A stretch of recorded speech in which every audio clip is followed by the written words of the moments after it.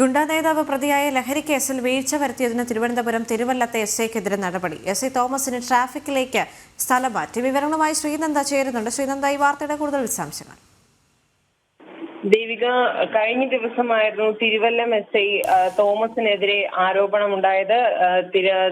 ഇയാൾ ഗുണ്ടാ കേസ് പ്രതിയായ ഷാജഹാനെ കഴിഞ്ഞ ദിവസം കസ്റ്റഡിയിലെടുത്തിരുന്നു. ലഹരി കേസിലായിരുന്നു ഇയാളെ കസ്റ്റഡിയിലെടുത്തത്. എന്നാൽ ഇയാളുടെ കയ്യിൽ നിന്നും ലഭിച്ച ലഹരിയുടെ അളവിൽ മഹസർ രേഖപ്പെടുത്തിയിരിക്കുന്ന അളവ് വളരെ കുറച്ചായിരുന്നു.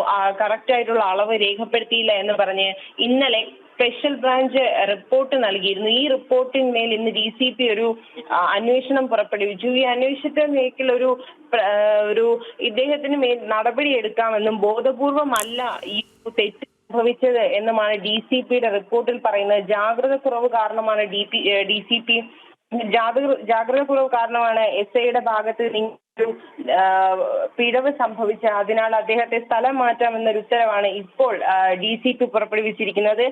ഈ SI തോമസിനെ ട്രാഫിക്കിലേക്കാണ് ഇപ്പോൾ സ്ഥലം മാറ്റിയിരിക്കുന്നത്. ഇയാളും ഈ ലഹരി ഉടമയുമായി ബന്ധമുണ്ട് എന്നായിരുന്നു സ്പെഷ്യൽ ബ്രാഞ്ചിന്റെ റിപ്പോർട്ട്. എന്നാൽ ഈ റിപ്പോർട്ട് തള്ളുന്ന രീതിക്കായിരുന്നു DCP ഇന്ന് റിപ്പോർട്ട് സമർപ്പിച്ചത്.